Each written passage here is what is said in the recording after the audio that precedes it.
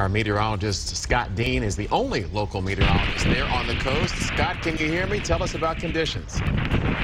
I tell you what, guys, these winds are as strong as we've seen throughout this entire storm. Earlier on, last night when I was with John Camp, the winds were coming from a different direction, but we were being protected by the island and also this hotel. Well, now we've got a full fetch of open water and beach that we have this wind that's just ripping across here. Scott Dean live in Kitty Hawk right now. Good afternoon, Tisha. We're looking at widespread significant flooding across the area. You can see this water, how it stretches as we go down towards the beach road there. And that sand, that mound of sand, is all the sand that these workers have been working on all day long to clear this beach road. You can see how massive, how many tons of sand that has been moved just today. And you can see how this water stretches across not only the street, but people's yards, into the businesses. And it looks like many of these neighborhoods, it's going to take quite a while for this water to start to recede. Right. Meteorologist Scott Dean has the latest conditions in Roxborough. Between 7 and 7:30, the rain quickly switched over to snow here in Roxborough, and you can see how this heavy, wet snow continues to fall with these northerly winds as the temperature continues to drop. What's amazing about this is how quickly the snow is accumulating on the elevated surfaces, this heavy, wet snow accumulating on this red truck. And also, look at this. This is what's surprising, how quickly the sidewalks and the parking lots are now being coated with this heavy snow. We expect this to continue throughout the evening as the snow rates will pick up possibly 1 to 2 inches an hour, and this will make the bridges and overpasses very slick very quickly, and eventually the main roads are going to become difficult to travel. We'll be following this situation as the snow continues here in Roxborough. We interrupt this program for an ABC 11 Eyewitness News First Alert. All right, we have a new severe thunderstorm warning that's just been issued by the National Weather Service. This is until 8 o'clock for southern Franklin County, eastern Wake, southwestern Nash County, and north central Johnson County. As you can see here, this is where the warning is. It does include the city of Raleigh over towards Wendell and over towards Spring Hope. The shower and thunderstorm activity continues to move off towards the east. Very, very heavy rain just around the Knightdale area. Some of the locations will be impacted by this storm will be Knightdale, Wendell, over towards Pilot, and over towards the Middlesex area. So the possibility of not only very heavy rain and flooding rain, but also the possibility of damaging winds that could knock down trees or power lines. So remember, the severe thunderstorm warning is in effect for these areas until 8 o'clock, and keep in mind flash flood warnings for portions of the triangle as well. We'll send you back to programming. And another nice evening out on Fayetteville Street in downtown Raleigh. It's hot out there, but we're seeing humidity levels not too bad, and there's a little bit of a breeze out there, so not too bad. And if you've got some evening plans, you shouldn't have to worry about any rain. We have mostly clear skies in many locations, a few puffy white clouds out there. It'll feel like fall before you know it. Exactly. Things kind of change around here a lot, Scott. Yeah, that's right. We're getting into that time of year where at one point you're wearing short sleeves and shorts, and then a few days later you might be wearing a sweatshirt as temperatures are going to be really cool, especially on Sunday morning. We'll show you some of those lows in just a second, but it's delightful out there right now. First Alert Doppler XP with 1 million watts of power, not picking up any rain out there. We have mostly clear skies, and it looks like a nice evening for any plans you might have. And this confirms it as we look at our First Alert weather station at Terminal 2, RDU, 88 degrees. Temperatures starting to come down a little bit. You see a few of those fair weather cumulus clouds, but also a lot of sunshine. And temperatures still at 91 degrees over towards South Hill, Lewisburg at 90, but surrounding stations have dropped down into the mid to upper 80s. And that is the same case down in the south, where we're looking at temperatures around 88 in Southern Pines, and as well as Clinton, still 90 degrees last time we checked in Fayetteville. Just a few harmless clouds up to the north, and you can see a few showers and storms over in southwestern Virginia. Those are not going to be headed our way. We are following a couple of frontal systems, one that has some showers with it in the Plain States, and one in southern Canada just crossing the U.S. border. This is the one that has the really cool air behind it. This is the one that's really going to change our weather as we head into the late week, into the weekend. So our First Alert Predictor forecast models, we take you through the evening hours into tomorrow morning. We'll start off with mostly sunny skies into our morning hours, then into the afternoon. We stay sunny. It'll be another hot day with temperatures very close to what they were this afternoon, around 90. A little bit of patchy fog Thursday morning, and then as the front starts to get closer to us, we may see a few scattered showers, maybe a storm late in the day, and then that'll push on through. And as the front pushes on through on Friday, there could be a shower down in the southern zone zones.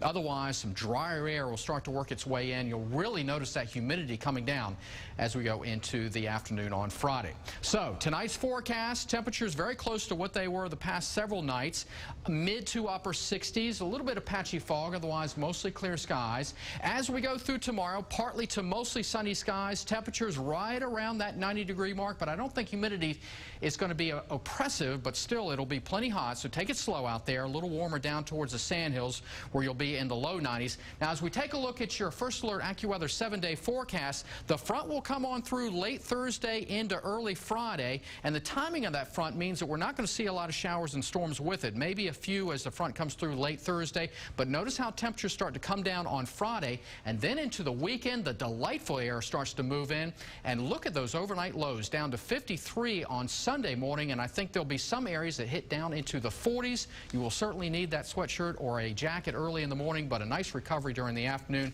and then we get back closer to normal Monday and Tuesday. Could see a few showers by Tuesday, but before that time, delightful weather, guys. Areas, the rain came down fast and furious It has today. been quite the summer. We've had quite a bit of rain, and with all that moisture in the air today, those showers and storms had a lot to work with, and they were very efficient rain producers.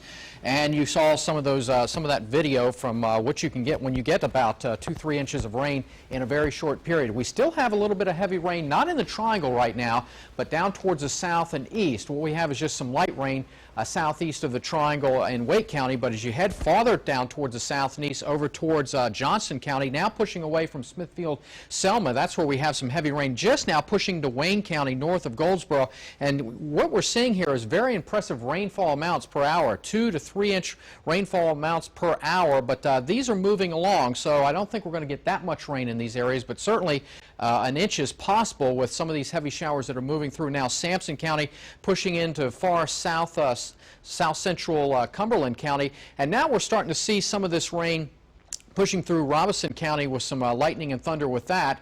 That continues to push on towards the south and east. Look at these impressive rainfall amounts. This is Doppler radar estimates, and we've been getting reports or ground truth of over 3 inches, but you can see this little area north of Raleigh in the northern suburbs where we're seeing widespread 3-inch amounts, 2-inch amounts from Wake Forest up towards northern portions of Franklin County, and even over towards Chapel Hill and Durham as much as 3 inches of rain. And you can see why. Look how the rain, the showers and storms kind of train over the same area. That's why we have that flooding and those impressive rainfall amounts. Not much rain to the south, but you can see that line is pushing farther towards the south and east, and that's where the atmosphere still has a little bit of instability with it. There's actually a front to the north and west of us, and that's going to get closer to us as we head later on into tomorrow into Tuesday. First Alert Weather Station North Hills, look at this, over 2.5 inches of rain with those showers that came through earlier on, and the official numbers at RDU 91 and 72, picking up over an inch of rain at the airport, but many areas picking up more than that. Fayetteville, no rainfall, just a trace,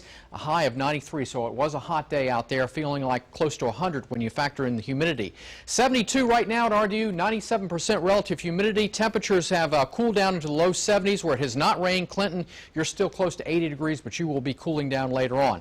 Our First Alert predictor forecast model takes us through the night, and as we start off tomorrow morning, some areas of fog I think are possible. We'll break out into some sunshine, and then as we go into the afternoon, some scattered showers and thunderstorms, some with some heavy downpours. I don't think we're going to see the coverage or the same type of event we saw this evening, but it is possible some areas could pick up some heavy rain. Then as we head into Tuesday, that front that I spoke about will be coming across the area, and I think a better chance for those showers and storms southeast of the triangle as the front pushes farther to the south off the coast.